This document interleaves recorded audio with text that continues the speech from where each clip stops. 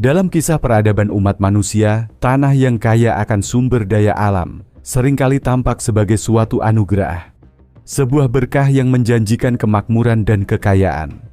Padahal di balik aliran minyak, kilauan emas dan berlian, tersembunyi sebuah kutukan yang menghantui banyak bangsa yang disebut sebagai kutukan sumber daya alam. Fenomena ini ibarat fata morgana di padang pasir yang menawarkan kesegaran, namun faktanya ia hanya membawa bencana yang tidak terelakkan. Bayangkan sebuah negara yang baru saja menemukan ladang minyak terbesar di dunia. Alih-alih merayakan penemuan ini sebagai jalan menuju kemakmuran, negara itu justru terjebak dalam ketergantungan yang absolut terhadap satu komoditas. Ketika sumber daya alam menjadi satu-satunya tumpuan bagi mereka, sektor-sektor lain seperti pertanian, manufaktur, dan teknologi diabaikan. Akhirnya negara tersebut tidak lebih dari sebatang pohon, yang akarnya hanya tertancap pada satu sisi yang demikian ia rentan terhadap badai yang bisa datang sewaktu-waktu. Kekayaan alam adalah godaan yang memabukkan, yang dengan segera akan menarik mereka yang haus akan kekuasaan. Uang yang mengalir bagai air dari hasil tambang, di saat yang bersamaan aliran itu berubah menjadi lautan korupsi yang menenggelamkan integritas dan keadilan. Para penguasa yang seharusnya menjadi pelindung rakyat, malah berlomba untuk memperkaya diri sendiri.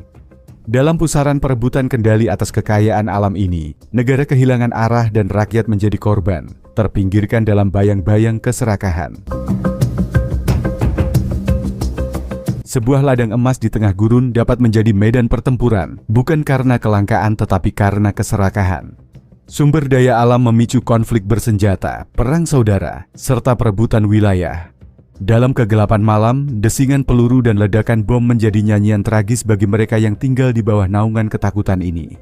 Lalu, seaneh apakah kehidupan di negeri Kongo? Berikut ini kita simak ulasannya.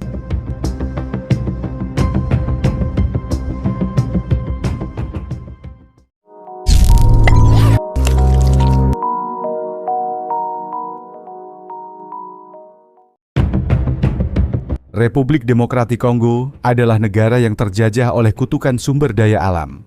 Negara ini diberkahi dengan kekayaan alam yang luar biasa, di mana setiap jengkal tanahnya menyimpan emas yang berharga, berlian dan mineral langka yang menopang peradaban modern. Di bawah hutan lebat dan pegunungan yang menjulang dengan gagah, tersembunyi koltan serta kobal, dua mineral penting yang menjadi denyut nadi bagi industri elektronik dunia. Meskipun begitu, Republik Demokratik Kongo terjebak dalam sebuah ironi yang menghancurkan, di mana tanah yang kaya raya dan diberkahi dengan karunia alam justru melahirkan darah, kemiskinan, serta penderitaan. Sejak masa penjajahan, ketika negara ini masih berada di bawah kekuasaan brutal Raja Leopold dari Belgia, sumber daya alam Kongo telah menjadi objek kerakusan. Penjajahan telah mengeruk setiap jengkal tanah negara ini, memperbudak rakyat, dan mengalirkan kekayaannya ke Eropa. Kemudian sisa dari penjajahan itu adalah luka yang terus menganga dan tidak pernah kering.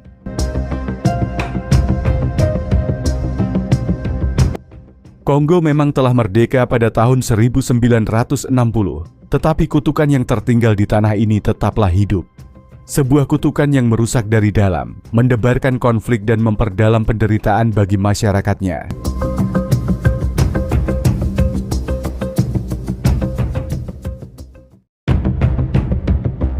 Pasca kemerdekaan, harapan Kongo untuk bangkit dan hidup dengan sejahtera seakan pupus di tengah perpecahan dan kekuasaan yang disalahgunakan. Joseph Mobutu, sang diktator yang memerintah dengan kejam selama lebih dari 3 dekade, menjadi wajah baru penjajahan yang beroperasi dari dalam. Dia menyerap kekayaan mineral Kongo untuk memperkaya diri sendiri dan memperkuat cengkeraman kekuasaan dan menindas rakyat sendiri. Di bawah kekuasaannya, kekayaan alam Kongo terus dieksploitasi hanya untuk kepentingan segelintir elit, sedangkan rakyat yang menjadi pemilik sah tanah itu terus tenggelam dalam kemiskinan. Korupsi di negara Kongo tidak hanya menjadi noda moral, tetapi juga racun yang merusak fondasi ekonomi serta sosial bangsa. Hasil tambang yang seharusnya menjadi bahan bakar pembangunan nasional justru menguap dalam kantong-kantong pribadi para pejabat. Kobal yang sangat penting bagi industri baterai, juga koltan yang menggerakkan perangkat elektronik menjadi komunitas yang berdarah. Keuntungan dari sumber daya ini hilang dalam transaksi kotor dan rantai gelap perdagangan global yang berlumuran dengan darah. Di negeri Kongo, tanah yang subur dengan sumber daya mineral berubah menjadi medan perang yang tidak berujung.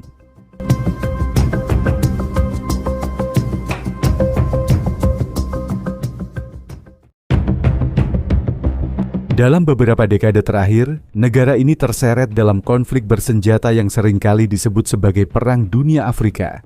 Perang ini telah merenggut lebih dari 5 juta nyawa yang diwarnai oleh perebutan kendali atas tambang-tambang yang berharga. Kelompok-kelompok bersenjata, baik lokal maupun asing, saling bertempur untuk menguasai sumber daya alam yang menjadi pembiayaan bagi kekuatan militer mereka. Dengan demikian, tambang-tambang di negara ini tidak hanya menjadi tempat produksi mineral, tetapi juga menjadi medan pertempuran yang berdarah. Kutukan yang menimpa negara Kongo tidak hanya datang dari dalam. Dunia luar, terutama perusahaan multinasional dan negara-negara maju, juga berperan dalam memperdalam luka Kongo. Mereka yang jauh dari tanah Afrika, di kantor-kantor tinggi kota New York, London atau Beijing, turut memutar roda eksploitasi. Perusahaan asing memasuki Kongo untuk mengamankan pasokan mineral yang mereka butuhkan untuk teknologi canggih, dari ponsel cerdas hingga kendaraan listrik. Rantai pasukan global untuk mineral ini seringkali diselimuti ketidakjelasan. Emas dan kobal yang diproduksi di Kongo bisa berpindah tangan beberapa kali sebelum akhirnya ia mencapai pabrik-pabrik di belahan dunia lain. Selain penderitaan manusia, alam di negeri Kongo telah menjadi korban bisu dari kutukan ini.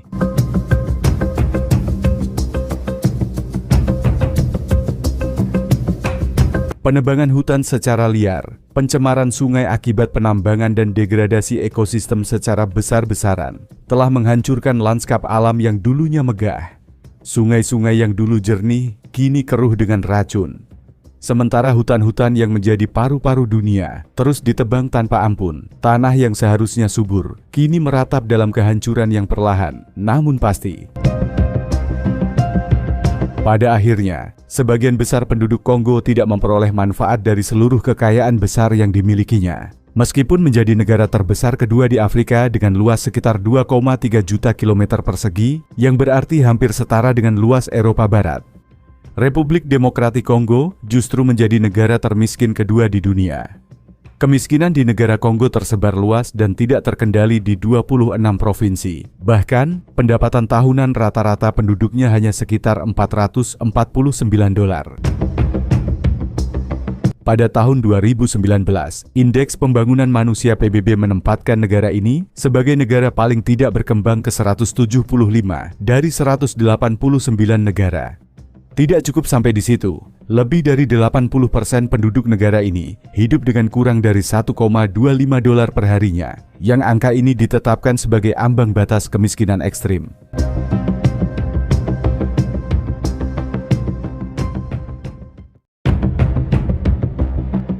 Kemiskinan ekstrim di negara Kongo membawa dampak yang memprihatinkan bagi kehidupan masyarakatnya. Sebagai negara dengan keragaman sumber daya, Kongo memang memiliki sejumlah besar serangga yang dapat dikonsumsi, di mana kemudian beragam jenis serangga tersebut menjadi sumber makanan penduduknya. Konsumsi serangga sebagai sumber pangan atau yang lazim disebut sebagai entomofagi, telah lama menjadi bagian dari banyak budaya di seluruh dunia, termasuk di wilayah Kongo dan Afrika secara umum. Dengan kemiskinan yang tampaknya sulit untuk hengkang dari negara Kongo, serangga menjadi menu favorit untuk memenuhi kebutuhan protein warga yang terhimpit kemiskinan. Serangga seolah menjadi bagian dari budaya yang tidak dapat dipisahkan dari kehidupan sehari-hari, yang di lain sisi juga menjadi oasis bagi dahaga kemiskinan. Para ahli berharap bahwa kecintaan terhadap serangga yang dapat dimakan tersebut dapat menjadi kunci untuk mengatasi kelaparan yang meluas di antara sekitar 65 juta penduduk Kongo. Kinshasa adalah ibu kota Republik Demokratik Kongo. Di ibu kota ini, mengkonsumsi serangga adalah praktik yang umum dan memiliki peran penting dalam memenuhi kebutuhan gizi penduduknya. Jenis serangga yang dapat dimakan, yang baru mulai diterima di barat, telah lama menjadi salah satu hidangan paling populer di Republik Demokratik Kongo, termasuk di Kinshasa. Makanan ini sering disajikan sebagai makanan bar atau beragam acara khusus lainnya. Biasanya serangga dipanggang dan disajikan dengan cabai rawit, lemon atau bawang. Organisasi Pangan dan Pertanian PBB memperkirakan bahwa setiap tahun warga Kongo mengonsumsi sebanyak 14.000 ton serangga yang dipanen langsung dari alam liar. Serangga itu dikumpulkan dengan cara menebang pohon atau menggali ke dalam tanah. Biasanya serangga ini dipanen dari hutan liar di Provinsi Bandundu dan Ekuador di bagian barat negara tersebut.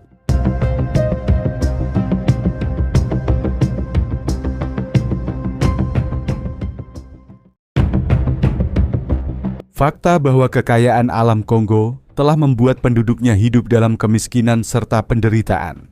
Sebuah kisah pilu tentang bagaimana tanah yang begitu kaya dapat menciptakan kemiskinan yang begitu dalam. Ini berarti bahwa sebanyak dan seluas apapun kekayaan alam yang dimiliki suatu bangsa, ia tidak akan pernah cukup untuk memberikan kehidupan yang layak bagi jutaan masyarakatnya, selama masih ada pihak-pihak yang mengeruk semua kekayaan itu untuk kepentingan pribadinya.